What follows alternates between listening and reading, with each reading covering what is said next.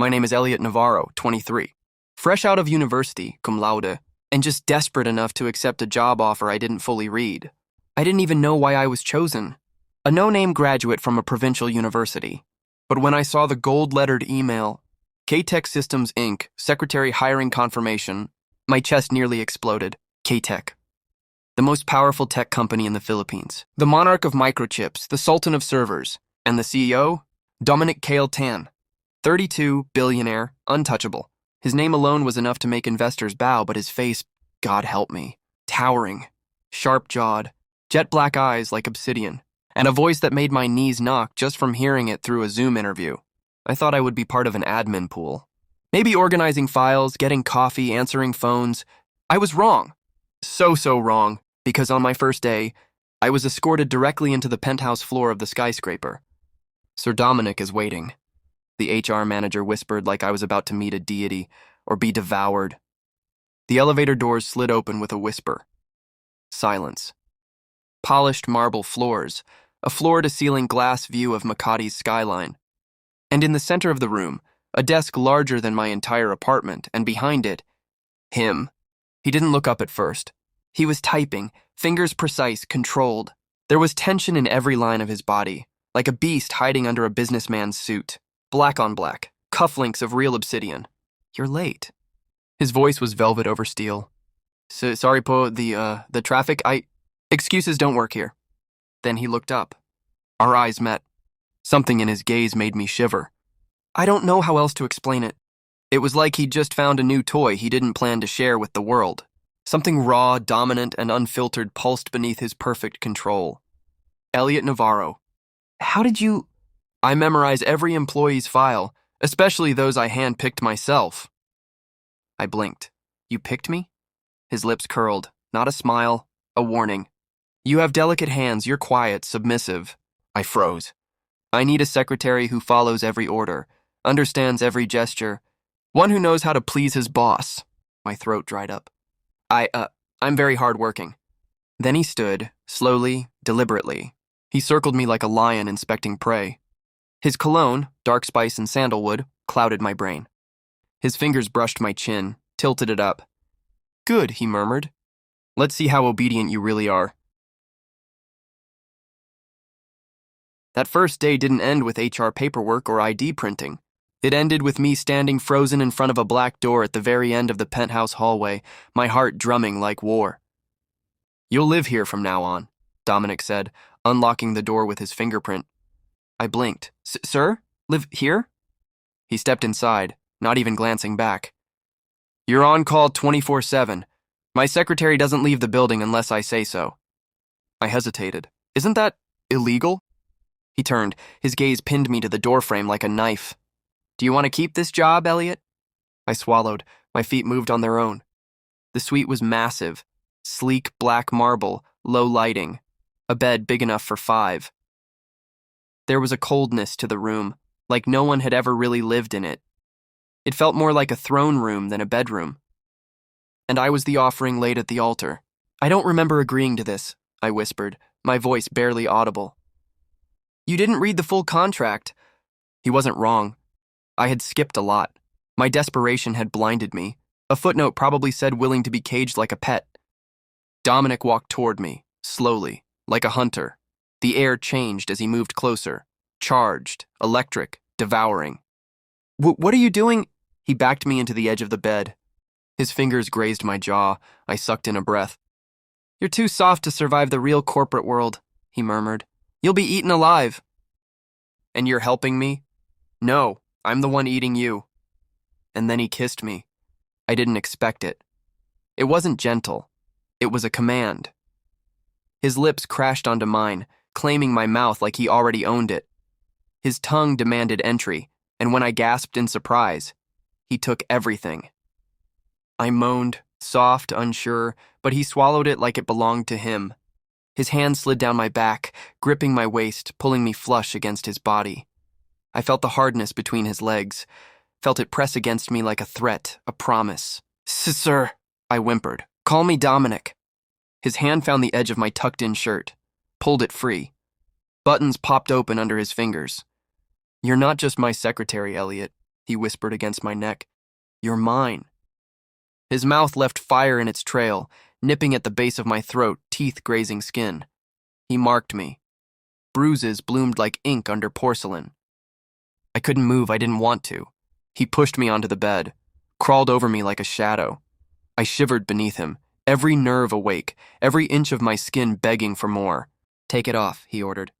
My fingers trembled as I peeled my shirt off, then my slacks. I lay beneath him in just my briefs, panting.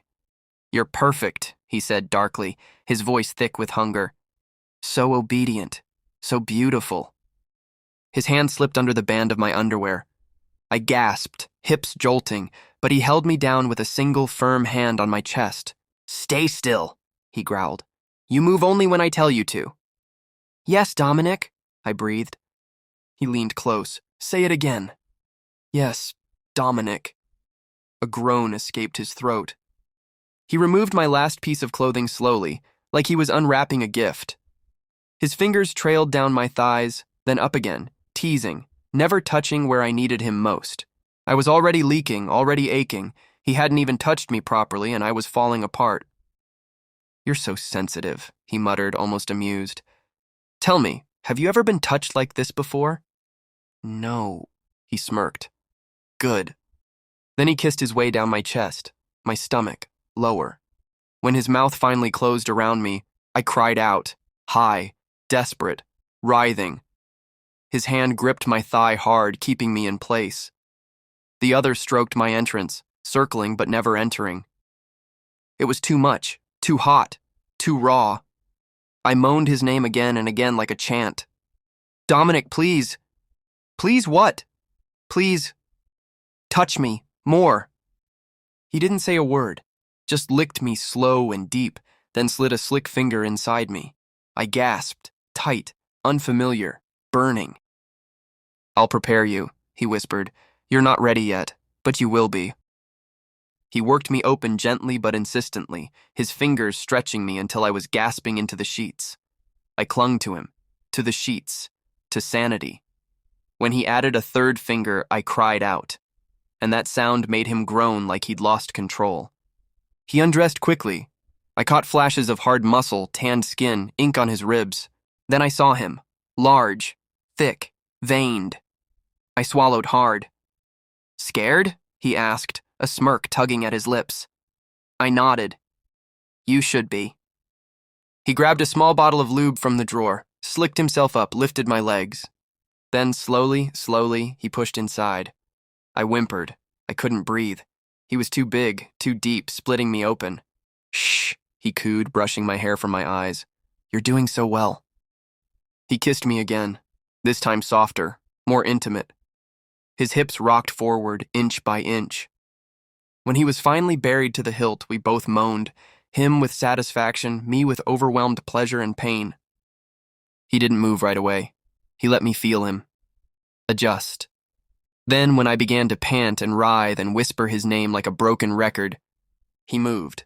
Slow at first, then faster, harder. I lost my mind. Every thrust knocked the air from my lungs. His name left my lips like a prayer. My nails dug into his back as he pounded into me, relentless, hungry, as though claiming my body would make me his forever. You're mine, he whispered against my skin. Mine. Yes, I gasped. I'm yours.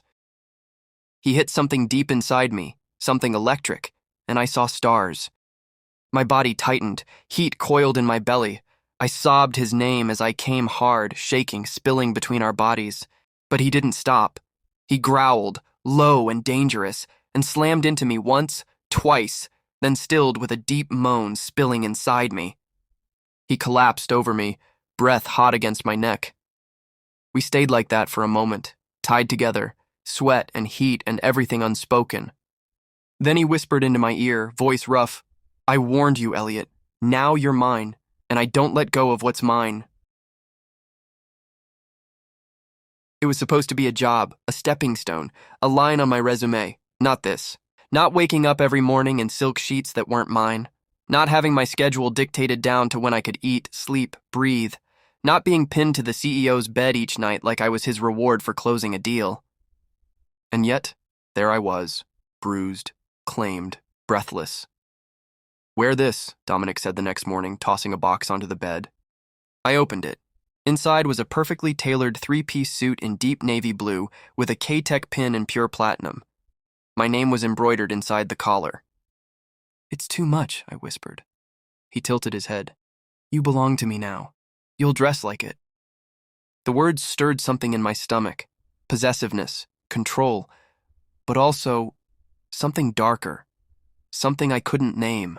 At the office, people stared at me differently. They didn't smile. They didn't greet me. They bowed their heads and stepped aside. Whispers followed me like shadows. "Is that the secretary? He's living with Mr. Tan, right? Heard he never leaves the penthouse floor." I tried to focus on my work. Sorting files, managing schedules, reviewing contracts. My degree had taught me business etiquette, but no textbook had prepared me for the way Dominic would lean over my shoulder, his breath warm against my skin as he murmured, "Have you eaten?" No, not yet. I'll feed you myself if I have to." His voice was low, rough, hungry, and the worst part? My body responded to it, every time. That afternoon, he called me into his private office. Glass walls, no curtains. Everyone outside could see me walk in. "I need you," he said. I blinked. "For what?" He stepped around his desk, locked the door behind me. "You know what for." He backed me into the leather sofa. His hands were already tugging at my tie, unbuttoning my shirt like he'd been holding back all day. Dominic, someone could see. Let them." He shoved my briefs down, pulled out his already hard cock. Then he bent me over the armrest. No prep, no warning.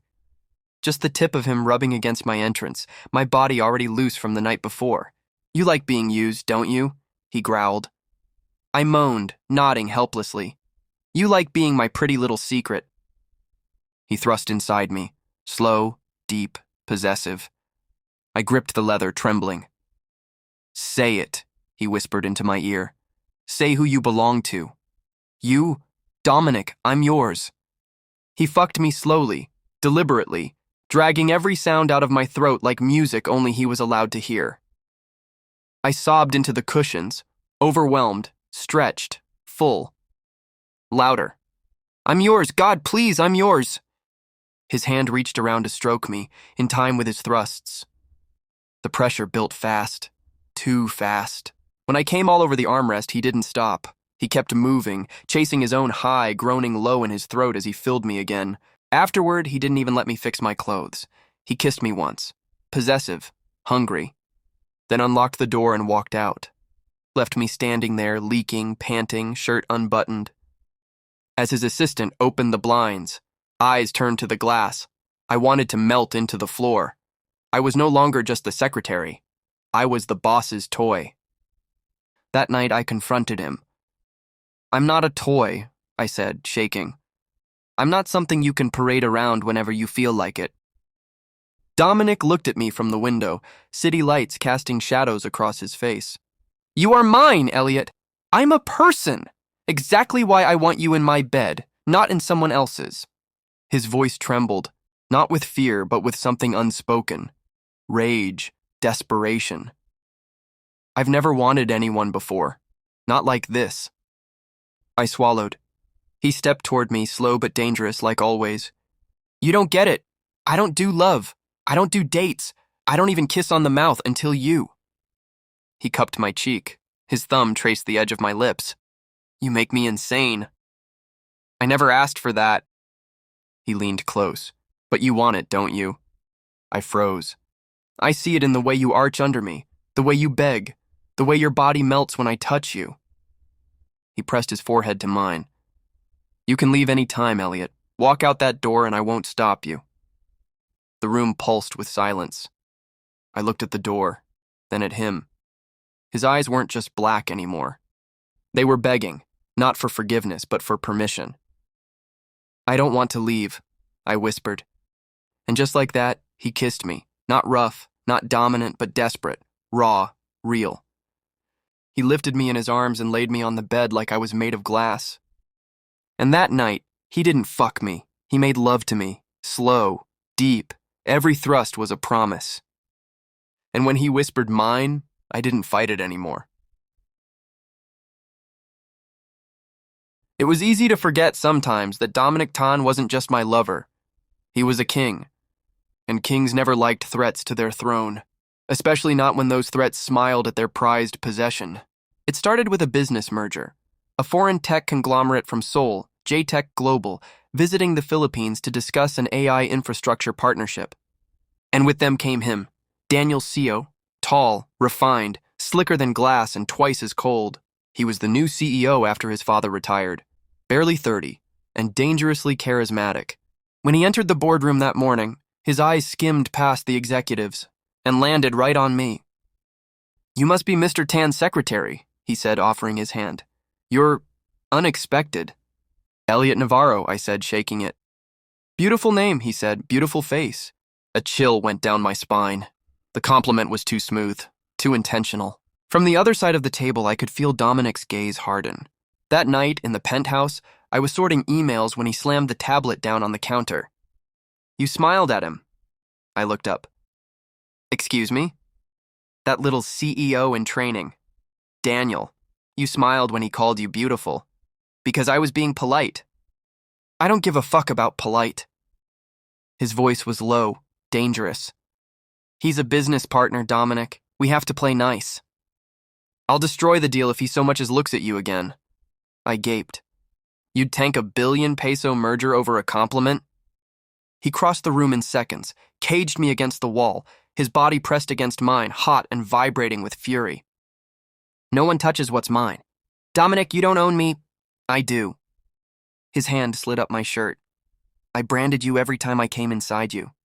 He yanked my tie down, kissed me hard, almost bruising. My knees buckled. "You're mine, Eliot, and I don't share." The next day, Daniel stopped by my desk with a latte from the cafe 2 blocks away, my favorite one. "I remembered you mentioned vanilla oat milk yesterday." I blinked. How?" "I listen when people talk," he said, smiling softly. And then he leaned in, voice barely a whisper. "You deserve better than being someone's kept pet." The cup nearly fell from my hands. Daniel walked off before I could reply. But not before Dominic walked out of his office and saw everything. That night I expected him to scream, to throw something, but he didn't. He said nothing. Just waited until I finished brushing my teeth, then grabbed me from behind, hard, pinned me to the mirror. "Do you want him?" he whispered. His voice was a storm barely held back. "No, Dominic! Do you want someone gentle? Someone who'll take you on candlelit dinners and hold your hand in public?" I didn't say, "Because I can't. I don't do soft, Eliot. I never asked you to. You let him give you coffee. I didn't drink it, but you took it." His grip tightened. He spun me, then threw me onto the bed. "I'll show you what it means to be mine." That night was different, rougher, hotter, a punishment and a prayer. He bound my wrists in silk ties, marked my throat with his teeth, made me scream his name until I was hoarse and crying. "Who do you belong to?" he growled, pounding into me like I was his only salvation. "You, Dominic, I belong to you." "Say it again. I'm yours, please." He finished with a guttural growl, pouring himself into me, then collapsed beside me, chest heaving. We lay in silence, my body wrecked, my heart confused, my mind screaming, is this what love is, or obsession? Later I woke up to find him staring at the ceiling. "Daniel's transfer request was denied," he said flatly. I frowned. "What?" "He applied to open a Manila branch. I pulled strings, killed it." I swallowed. "You didn't have to." "I did."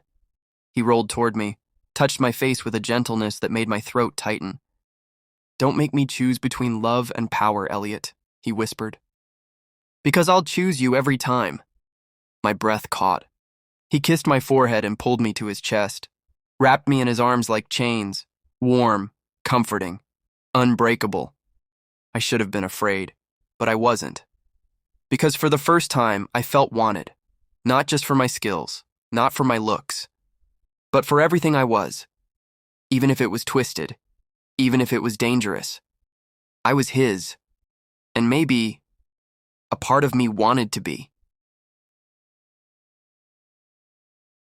It was just another morning, sunlight through the glass, coffee brewed by Dominic's personal barista, his shirt draped over my bare shoulder as I typed away at the kitchen counter, and then my phone vibrated. Unknown number. We'd like to offer you a position as executive coordinator at JTech Global Seoul HQ. Triple your current salary, a private flat, and full relocation support. Confidential, of course. My fingers froze on the screen. I didn't reply, not right away. Not even when Daniel himself called 2 hours later, voice smooth as ever. You deserve a desk of your own, Eliot, not to be someone else's plaything. His words struck deep, because part of me had wondered, was I still a professional, or had I become a possession? A doll dressed in designer suits, a body to be claimed nightly in silk beds. A pet Dominic could parade, control, and cage. When Dominic came home that night, I hid the offer like a sin. He pulled me onto his lap on the couch, fingers stroking through my hair as he murmured, "You look tired. Did you rest at all today?" "I tried," I whispered. "Tell me what's bothering you." I shook my head. He didn't push. He never needed to. Not when his hands knew how to tear the truth from my skin later, in the quiet dark. 3 days passed. I couldn't sleep. Every time I lay beside Dominic, his arm around my waist, I stared at the ceiling and asked myself, is this what I want forever? To be kept, to be loved like a storm, to be caged in silk. And every time I tried to imagine a life without him, my chest ached. On the 4th day, I packed my things. Just one suitcase, just the essentials. I left a letter on the nightstand. No dramatic goodbyes, no accusations, just 5 words. I need to find myself. And I walked away, or tried to. Because the moment I stepped into the private car Daniel had sent, a black Rolls-Royce screeched into the driveway behind me, and out stormed Dominic. "Get the fuck out of the car, Eliot!" His voice shook with rage. The chauffeur froze. I opened the door, stepped out. "Dominic, you were going to leave?" Yes. "You didn't even tell me to my face." I swallowed. "Because I knew you'd stop me." "I should." His fists clenched. "I should lock you back in that penthouse and chain you to the bed until you remember who you belong to." I stared at him, and for once I didn't flinch. "I remember." He blinked. "I remember everything. Every night. Every touch. Every word you whispered into my skin." I stepped forward, pressed my palm to his chest, "And I'm still leaving." "Why?" "Because I don't know who I am anymore." "I told you, Eliot, you're mine." "And that's the problem." My voice broke. "I can't keep being yours, if I don't even know who I am." The ride to the airport was silent, but I didn't cry. Not until the plane left the ground, and I looked down at the city that had caged me in pleasure and passion, and love. Seoul was cold and quiet. The apartment was sleek and lonely. I had meetings with executives, new assistants, translators. I was praised, respected. My salary tripled. I was called Sir. But every night I came home to an empty bed. No arms, no whisper, no claim, just silence. And that silence screamed louder than his voice ever had. 2 weeks passed, and then I got a package from the Philippines, no sender name. Inside, a gold chain, not jewelry, a real restraint. Attached was a handwritten note, the ink messy, urgent, as if written in the middle of the night. "You can take off this chain now, but you'll always feel it, won't you? Come back to me. D." I clutched the note to my chest and broke down. Because he was right. I could be free, but I would never be whole. It had been 23 days since I left. 23 days of corporate meetings in Seoul. 23 nights alone in bed without silk cuffs or his scent on my skin. 23 mornings where I didn't wake up to his deep voice in my ear, whispering, "Mine." I should have been fine. I should have been free. But I wasn't. Because I hadn't just left the Philippines. I had left my heart behind in that glass penthouse, chained to a man I once called my prison, and now missed like oxygen. I was staring out the office window when Daniel walked in. "I booked us a table for dinner, celebratory. You've done excellent work this quarter." I turned, offering a weak smile. "Thanks, but I think I'll pass tonight." He frowned. "You've been saying that for weeks." "I'm tired." "You're miserable." His voice sharpened. "Eliot, I can see it." I looked away. He stepped closer, lowering his voice. "You're still in love with him, aren't you?" "I don't want to be." "That's not an answer." Silence. He sighed.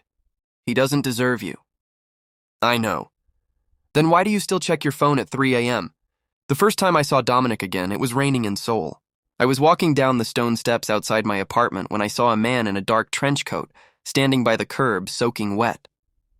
He hadn't brought an umbrella. He looked like he hadn't slept in days, hair a mess, eyes hollow. And yet still the most powerful man I'd ever known. Eliot! His voice cracked when he said my name. Like he'd been rehearsing it every night and it still came out broken. What are you doing here? I asked. I came to take you home. I shook my head, heart pounding. I'm not yours to take anymore. His eyes burned. You're always mine. No, I whispered. Not unless you earn me. That hit him like a punch. And for once, he didn't argue. He just nodded, rain dripping from his lashes like tears he refused to shed. Then I'll stay in Seoul until I earn your trust and love again. He kept his word. The CEO of K-Tech, the most powerful man in the Philippines, booked a suite in Gangnam and started chasing me. Not with chains, not with silk, but with love. He sent flowers to my office, not roses. He remembered I hated roses. Instead, he sent stargazers and white tulips. He showed up at the same cafe I visited every morning, never speaking, just waiting, watching. Wearing the same scarf I once gave him, his eyes never left me. Like if he blinked, I'd disappear again. Then came the gala, J-Tech's annual winter ball.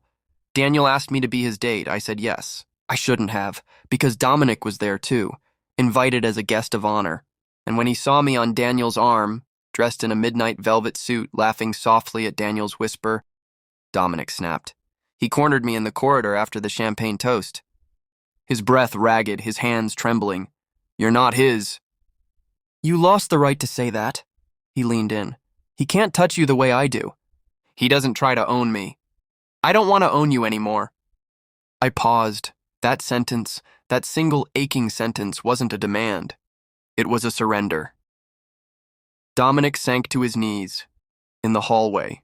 In front of security cameras, guests, billionaires. He didn't care. I don't want to cage you, he whispered, eyes shining. I want to be the man you run to, not the one you run from. Dom! I love you, Eliot. Not as my secretary, not as my toy, not as my obsession. Just you, whole, free. He looked up, desperate. Destroyed. I came to Seoul to show you that I'm not just your past. I want to be your future. And in that moment, I broke, dropped to my knees, cradled his face, then stopped kneeling. He blinked. Stand beside me, I whispered. Not above me, not over me, with me. He rose slowly, wrapped his arms around me and kissed me like we were dying. Like he had been dying every second we were apart. And maybe he had, because when he whispered, "You're my forever," I finally whispered back, I came to Seoul to find myself. And I found you instead. He flew me home in silence, not the silence of coldness or tension, but reverence. Dominic sat beside me on his private jet, fingers laced gently through mine, his thumb stroking soft circles against my palm like he was memorizing the shape of me all over again. He didn't try to kiss me, didn't try to own me, not yet, because for once he was waiting, letting me decide. And that power, the kind he used to wield like a sword, he placed it in my hands instead. The Manila skyline greeted us like an old flame, golden, smogged, glittering in neon and regret. The driver didn't take us to the penthouse. He took us to a new address, one I'd never seen. Dominic opened the car door for me, silent, reverent, and led me into a smaller, quieter condo. Warm light, earth tones, no steel, no glass. I bought this for you, he said softly. Not for us, for you. In case you came back and didn't want to live in the place where I caged you. I stepped inside, heart thundering. Why? Because I didn't want to keep you in the same walls where I almost lost you. That night I cooked us dinner. He helped. Chopped garlic in his perfectly tailored shirt, sleeves rolled up, hair messy. We talked, laughed. He poured the wine and I spilled it and we laughed harder. By the time we finished our last glass, we were on the couch, fingers brushing, knees touching. And everything we hadn't said simmered between us like fire waiting to leap. Are you staying the night? I asked. Only if you ask me to. I want you to stay. Then I will. I led him to the bedroom. But this time, it was me who pushed him down onto the bed. Me who climbed over him, straddling his lap. His hands gripped the sheets instead of my body. Like he didn't dare touch me until I gave him permission. Dom, I whispered, cupping his face. Touch me. His hands flew up, hungry, trembling, reverent. He kissed me with so much restraint I wanted to scream. So I broke it, bit his lower lip, tugged at his shirt until buttons scattered across the floor. His breath hitched as I whispered, Don't hold back tonight. Are you sure? I want all of you, but this time, not because I belong to you, but because I choose you. What followed wasn't dominance, it was surrender. He kissed every inch of me like a man begging forgiveness with his tongue. Soft licks, harsh bites, fingertips trembling against my hips.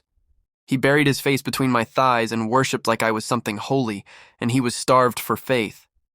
He murmured my name between kisses, between groans, between every wild thrust of his hips that made me arch and scream into the sheets. I scratched his back until he bled. He kissed the marks I left like they were medals. We flipped, tangled, pulled each other closer, bodies colliding with desperation, passion, and the ache of almost losing each other forever. After we lay tangled in sweat-soaked sheets, our legs knotted, our breaths uneven. His hand stroked slow, lazy circles across my stomach. His lips found my collarbone, then my ear. I'll never cage you again, he whispered. I know, but I'll still chase you. Good, I whispered, eyes heavy, because I'll still make you work for it. His laugh was deep and soft. Fair enough, love. And for the first time in a long time, I fell asleep not as his property, but as his partner. I woke up wrapped in fire, not from heat, but from him. Dominic's body pressed against my back, naked, strong, steady, his arm heavy across my waist. His lips ghosting the back of my neck with the kind of kisses that weren't meant to wake me, but to keep me dreaming. I shifted. He hummed low, sleepy. Too early. We didn't even set an alarm, I murmured. Because I don't want the world to interrupt this. His hand slid lower, fingers tracing my hip bone. You're different, I whispered. He exhaled against my skin.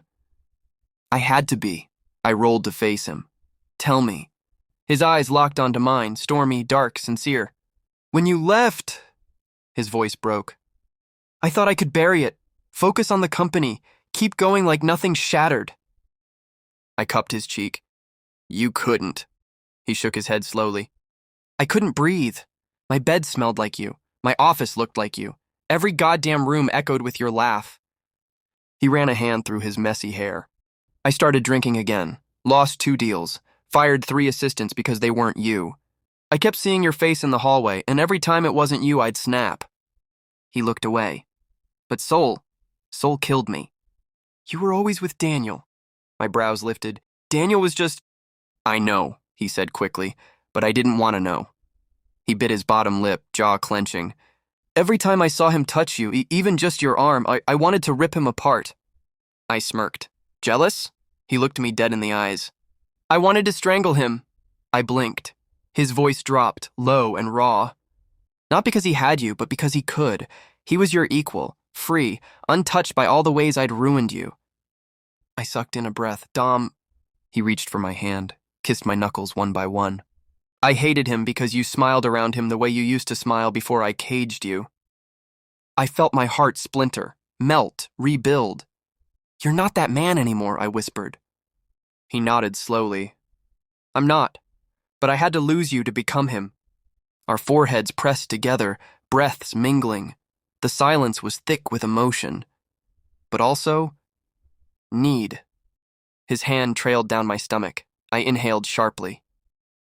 Still want me? He whispered. I arched into his touch. Always. What followed was slow. Not the kind of slowness that held back, but the kind that savored.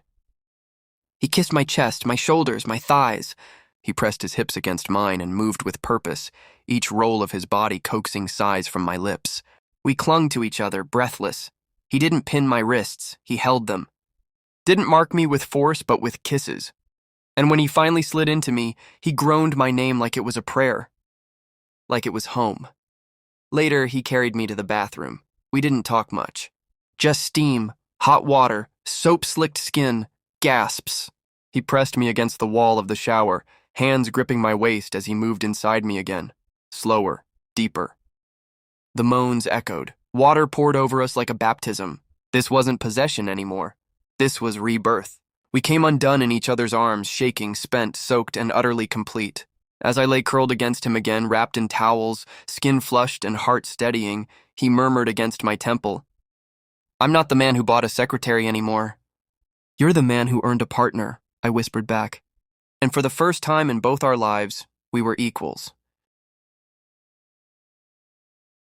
Flashes blinded me the moment I stepped out of the luxury car. Paparazzi, reporters, bloggers clinging to rumors like lifelines. They all stood outside K-Tech's press conference, swarming the red carpet like bees to honey. But this time I didn't flinch, didn't hide behind Dominic. I walked beside him. Dressed in a sharp black suit, no tie, collar open, sleeves rolled up just enough to make it scandalous. His hand grazed mine once.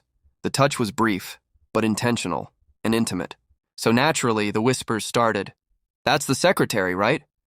The one he was fucking on the side? Is this a launch or a sex scandal?" I could feel the eyes on me, the judgment, the lust, the pity, the mockery.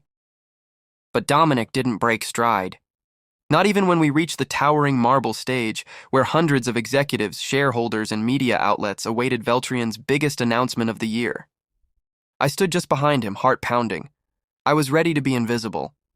But he turned to me, held out his hand, and pulled me forward until we were standing side by side before the crowd. Then he faced the mic, cleared his throat, and said, "Before we begin the company announcements, I need to address something personal." The whispers died. Dominic looked out at the sea of curious eyes. His voice, deep and commanding, filled the hall. "For years I've run this empire alone, ruthless, cold, obsessed with control, and I believed I didn't need anyone." He turned to me, his gaze softened like the first rays of sun after a storm. Until he walked into my office. The crowd rippled. "He was hired as my secretary," Dominic continued. "But he was never just that. He was never just anything. Not to me." More murmurs, confusion, surprise. Dominic raised a hand and silenced them. "I know what some of you think, that he was a distraction, a toy, a mistake." He looked down, then up, steadier now. "But what you don't know is, this man rebuilt me, taught me how to be human, taught me how to lead with something other than fear." He took my hand, laced our fingers. "I'm done hiding." He faced the crowd again. "With that said, I'd like to formally introduce K-Tech's new executive partner, not just in title, not just in business, but in life." The entire hall gasped. He turned to me, dropped to one knee, and pulled out a black velvet box. "Eliot Navarro," he said, voice rich with emotion. "I don't just want to be your CEO, I want to be your husband, your home, your partner, for every day, every storm, every sunrise." My heart stopped. The silence was deafening. But inside me there was only light. "Yes," I breathed. 1,000 times yes. He slipped the ring onto my finger, white gold, minimalist, stunning. The press went wild, flashbulbs, screams, cheers, but all I saw was him. All I felt was us. He rose, kissed me like the whole world didn't matter, and for the first time in front of everyone, I kissed him back. We weren't a scandal anymore. We were a legacy, built not from cages, but from freedom, from love, from fire. Together, we stepped into the blinding lights, unashamed, unafraid, partners, forever. Our house didn't feel like a mansion anymore. It felt like a home. Big windows, white marble floors softened by rugs. Dominic picked himself, because your feet get cold. Bookshelves filled with everything from corporate law to cookbooks, and 2 baby cribs in the center of our sunlit living room. It was Sunday, no meetings, no boardroom battles, just us, and the soft gurgle of 2 tiny emperors who now ruled our world. I looked up from my cup of coffee to find Dominic on the couch, shirtless in gray sweatpants, a bottle in one hand and our son cradled in the other. He looked divine, disheveled, happy, a little sleep-deprived, but in love. Blue or green? I asked, sliding next to him. He held up the baby with a grin. Green. I reached for the other crib and picked up his twin brother. Then I've got blue. They were perfect. Miniatures of their father. Dark hair, sharp brows, porcelain skin, lips made to pout. But their eyes. One had ice blue eyes that melted you on sight. The other? A glimmering jade green that looked exactly like Dominic's when he was jealous or turned on. Dominic chuckled as our green-eyed baby burped loudly against his chest. Still can't believe we made these. I leaned my head on his shoulder. Russia made them. You just provided the DNA. He smirked. Best semen money can buy. I snorted. We'd flown to a private facility in Russia just over a year ago. Discreet, secure, elite. They offered artificial insemination through surrogacy. No prying eyes, no media leaks, just science and hope. You know what the doctor said? I whispered, looking at both boys. He raised a brow. That your genes are so dominant, it was almost impossible to tell I had anything to do with them. Dominic grinned. I did say I'd own you. I didn't think it extended to cellular levels. I elbowed him gently. He kissed the top of my head. Silence settled for a moment. Then he murmured, You ever think about going for a girl? I blinked. You want 3? He shrugged, eyes twinkling. Maybe I want 5. I turned to face him, narrowing my eyes. You want a basketball team? He leaned in, lips brushing mine. I want more of us. I want a lifetime of waking up next to you and rocking babies and figuring out if they like piano or judo. I smiled. Blue Eye already kicked his blanket off 3 times. He's definitely judo. And Green Eye keeps staring like he's about to lecture me on profit margins. He's definitely your son. I laughed. They cooed softly in our arms, feeding in rhythm like they were already synced. Dominic watched them with an awe that never faded. Not even after the sleepless nights. The bottle runs. The sudden poops during a Zoom call. Do you ever miss it? I asked. The silence, the old you? He shook his head instantly. He was lonely, angry, empty. Then he looked at me. Now, I've got everything I ever fought for in my arms. The twins fell asleep, warm and heavy in our laps. I traced the edge of Dominic's wedding band with my thumb.